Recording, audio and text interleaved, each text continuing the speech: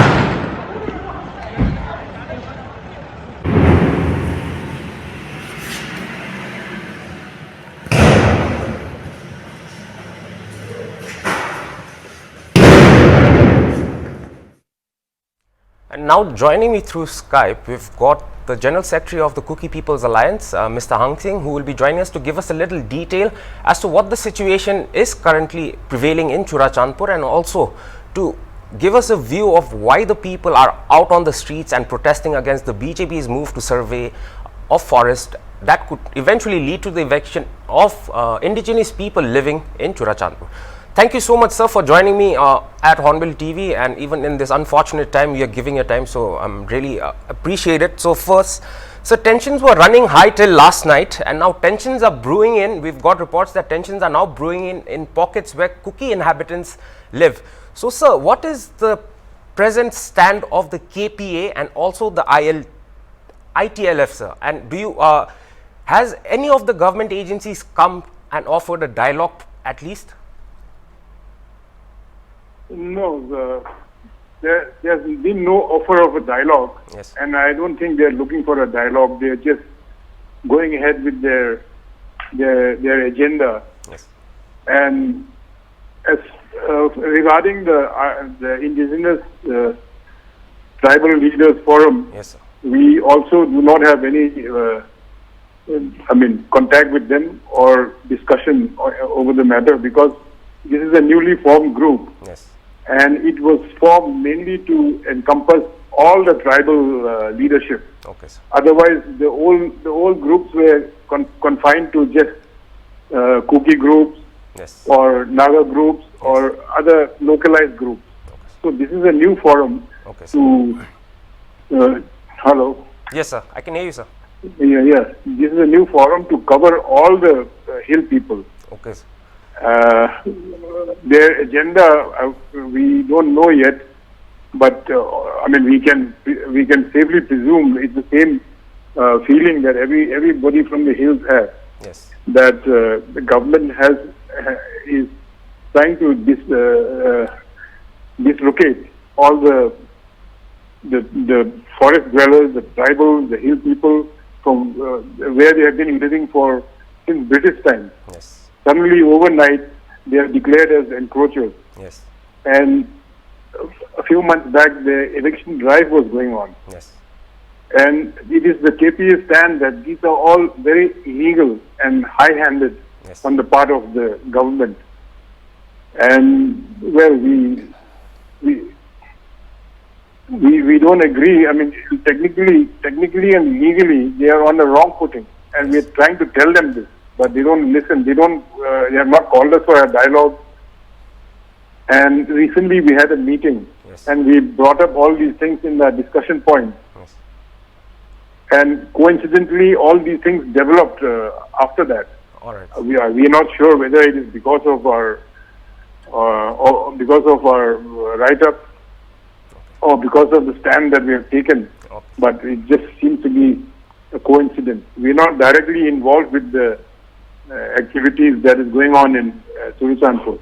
Right now, I got a feedback just now that there's a roadblock as you reach Churachandpur district from Imphal. All right. There are roadblocks every 500 meters. 500 meters and 5 kilometers. Every village is having a roadblock, and there is. I asked them. I was in contact with a media person who was traveling there, and the feedback I got was that the local people are apprehensive, even of the media, that they are not balanced and they are one-sided. They are biased against the hills. All right. So the mood is very fragile right now. It can blow up any time. All right, sir. So we are getting reports that 11 protesters were arrested last night. We are also getting reports that several of the protesters were injured. And just according to you, sir, what is the situation of the injured people, and also has there been any deaths reported in last night's violence, sir? There was some social media that one person was dead and another one was seriously injured. But today I was trying to confirm it, but I could not confirm it. But another local person I got through told me that actually the person recovered in hospital. Right. The person who was supposed to have died recovered in hospital, and the other person is under treatment. And there are 10 others, or around that same number. The numbers are not really clear yet. Maybe around 10 others are injured, maybe minor to medium kind of injuries. That is there, and the tempers are going high. Yes. For the time being. All right, sir. The ILTF on Friday had called for a total shutdown from 8 a.m. to 4 p.m., which was supposed to be a very democratic form of protest against the government's policies. But then, how did the security?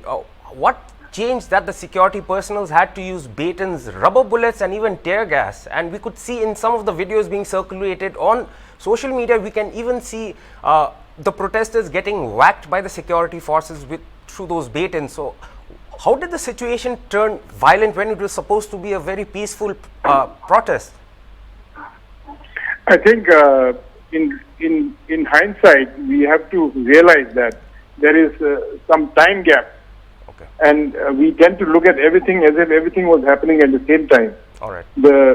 The indigenous forum, yes, the tribal ITLF, ITLF, yes, they had protested, shown because it was a form of protest against the government's exercise of doing the surveys in all the forest areas. Yes. I mean, in the sense, they are questioning the existence of the forest, the tribes who are living in the forest. Yes. So it was a protest against that, and asking the government to follow the proper procedures, laid down procedures since many years. Yes. That the Hill Areas Council should be consulted as far as hill areas are concerned, and the ground level elected bodies also be brought into the picture.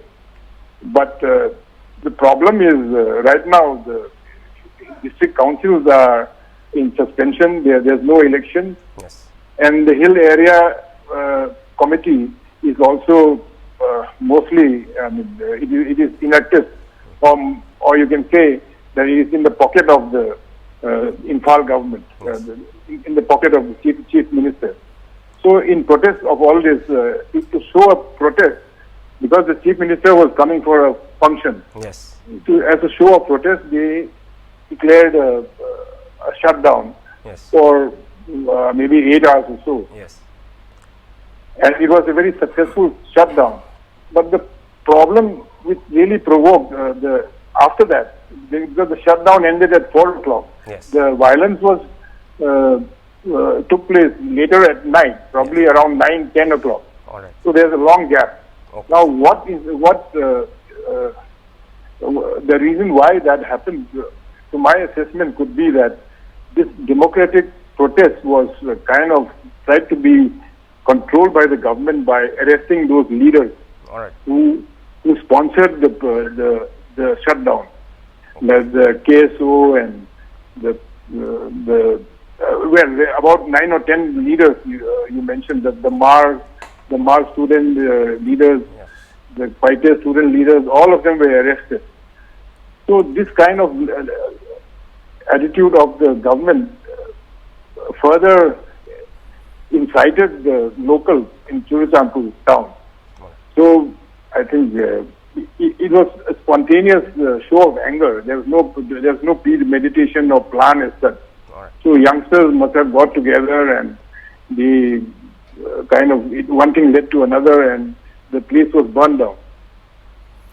All right. I mean, sir, if coming back to your MLA, sir, who is Mr. L.M. Khaute, sir, I mean, the people of Yes. Churachandpur had given him a resounding victory. I mean, like he had won by more than 18,000 votes.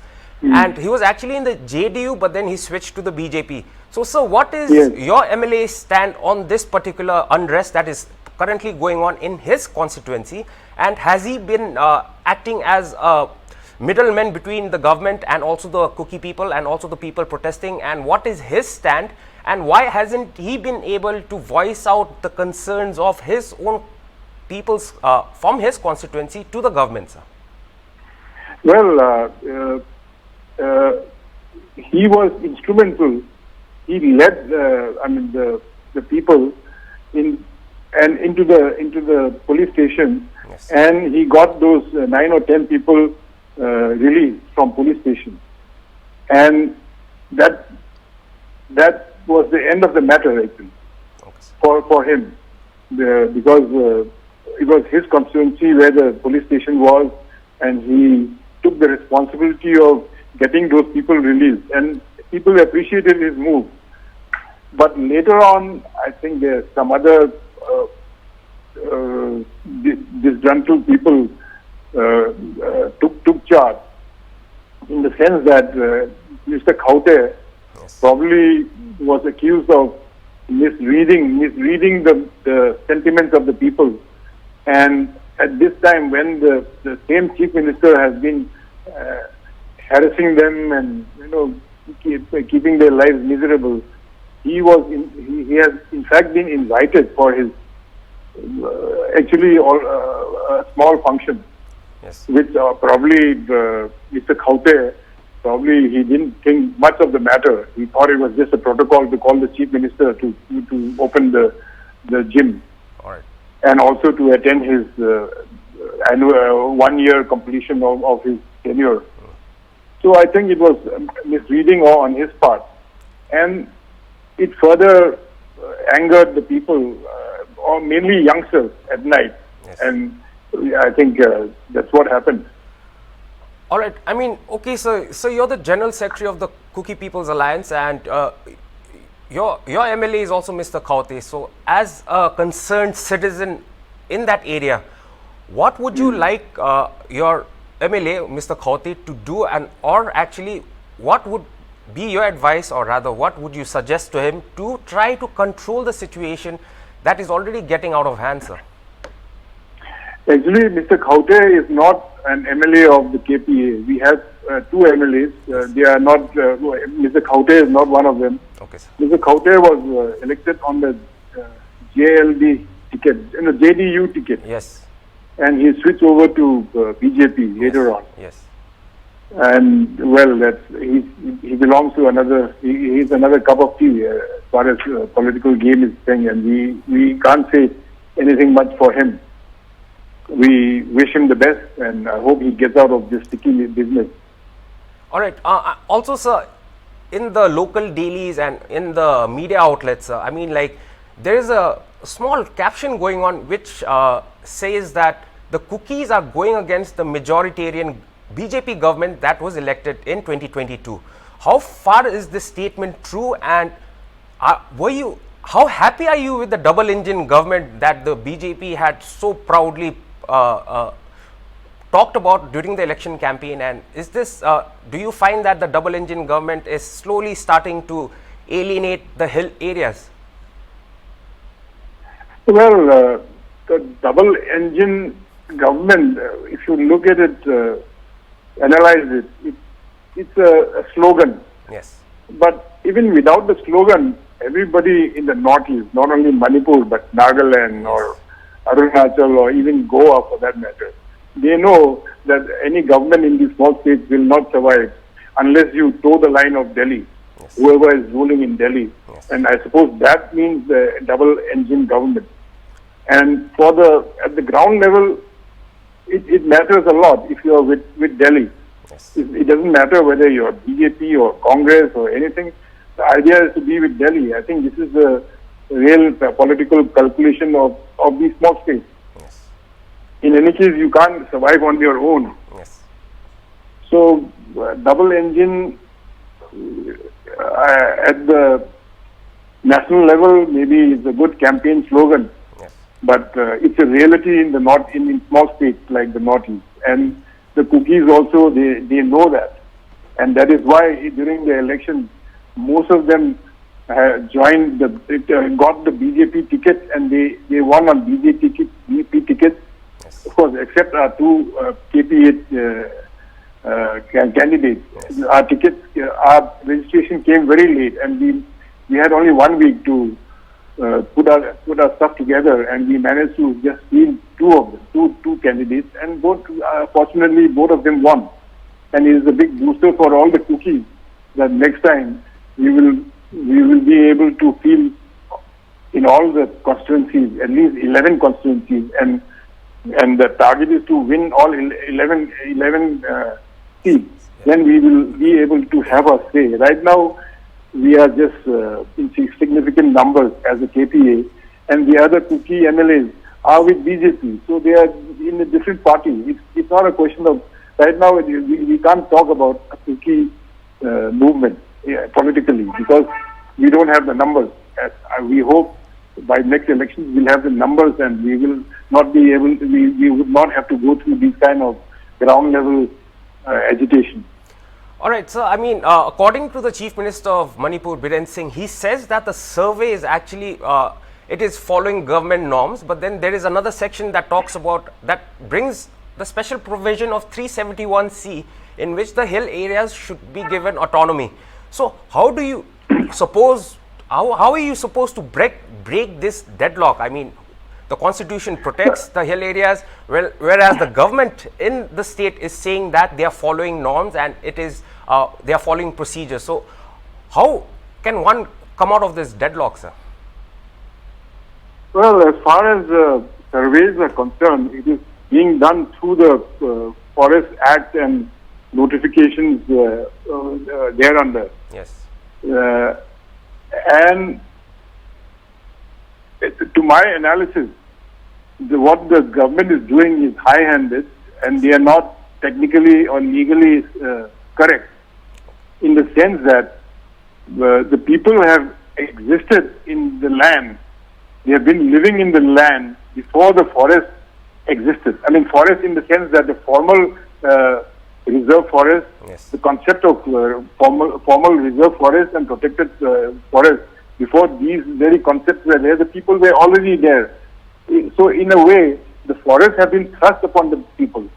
And because of this, if you read the Act, the Forest Act, 1927 Forest Act, and even the notifications thereafter, there's always a subjective clause in every of these notifications that the rights of the individuals and communities living in these areas should not be negatively affected. These should not be abridged, and that is why there is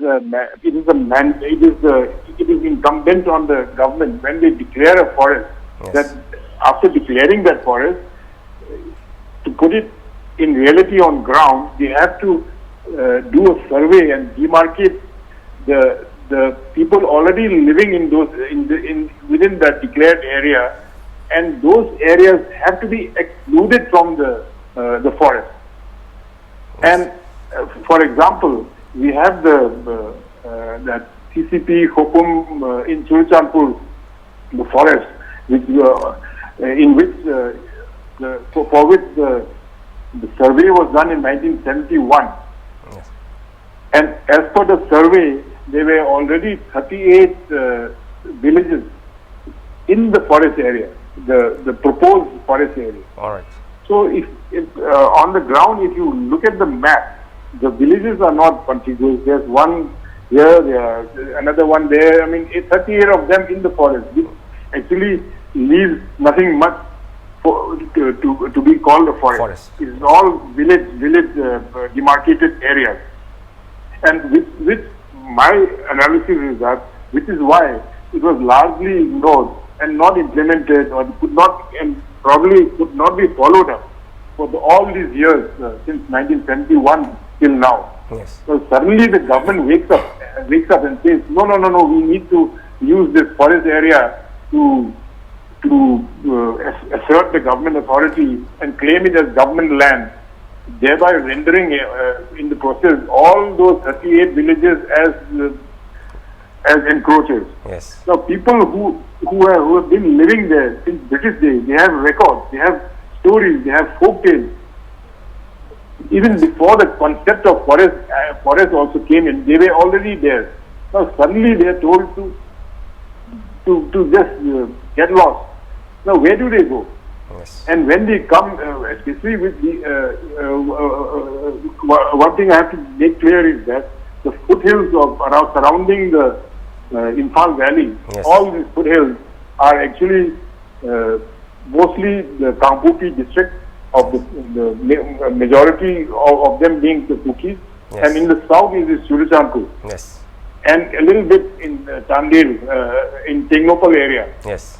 A little bit is there, but so mainly it is Kampupi and the Churachandpur district which surrounds the valley. Yes. That is why we are hearing only of Kampupi and Churachandpur. Otherwise, also their forests have been declared in all the other districts, but the government has acted first in these Kuki areas, Okay, sir. and it is very inhuman and high-handed. All right. Without any regard to the people living there, their livelihood, their cultures. I mean, and that is the very, people are slowly becoming aware of it, that things go slow, but surely it is going. Yes. And I think the matter is not going to die down so slowly unless the government retracts and they admit their mistakes and does reparations and does good the damage they have done already. Yes. All right. I mean, sir, in the first tenure of the BJP regime, where Chief Minister N. Biren Singh took charge as the Chief Minister, especially towards the hill district areas, we had seen, like in the first tenure, 5 years back, we had seen that the ATSAM, or the All Tribal Students Union of Manipur, we had seen protests, small pockets of protests because of the tabling of the ADC bill.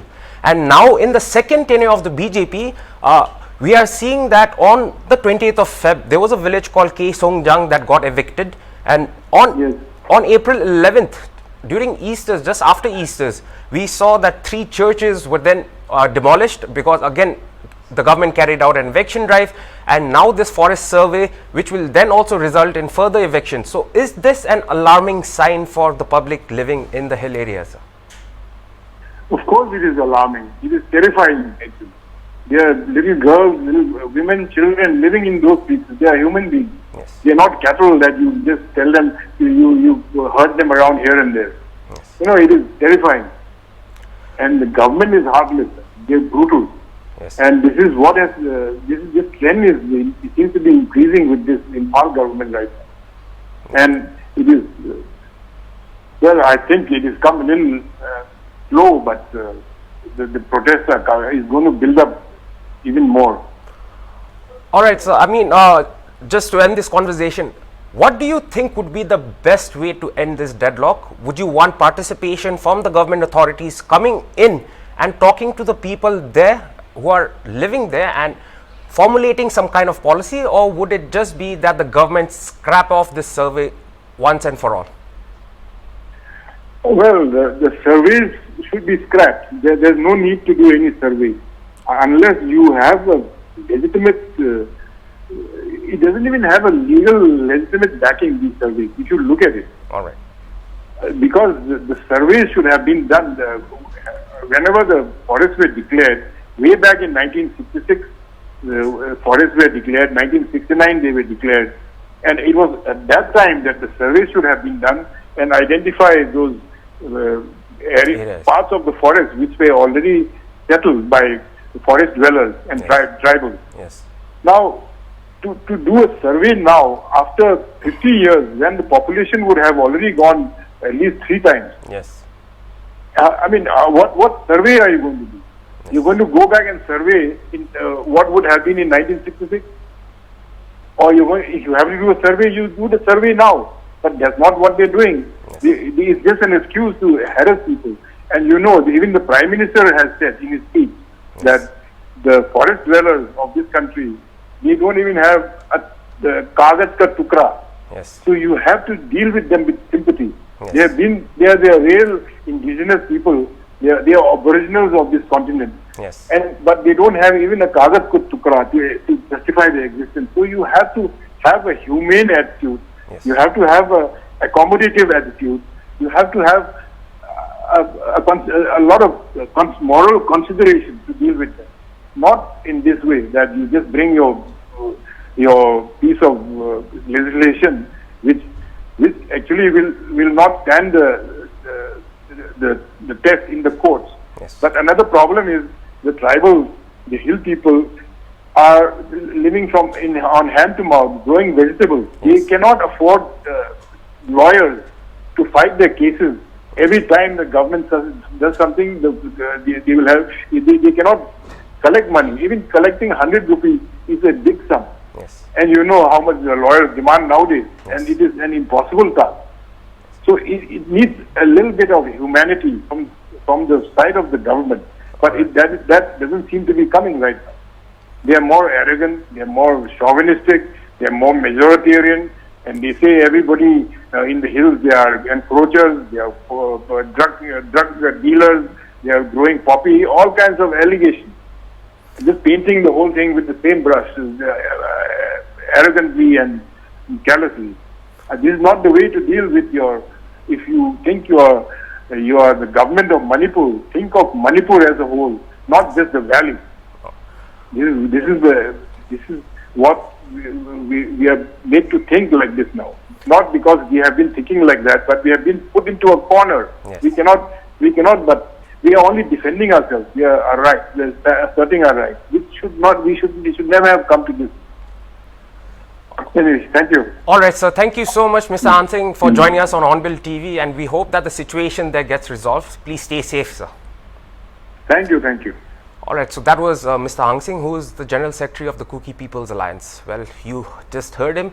He just mentioned that the forest area where the survey that the government of Manipur had actually called for has 38 villages, and these villages were in existence even before the Forest Act. So if there is a survey now, there will be people from 38 villages that will be rendered homeless. So now the situation, what is to come forward is, according to Mr. Hansing, was to scrap this survey and also have a little humane attitude to the people of the valley. Well, that was all for this hour's bulletin. For more news and updates, stay tuned to Hornbill TV. Goodbye.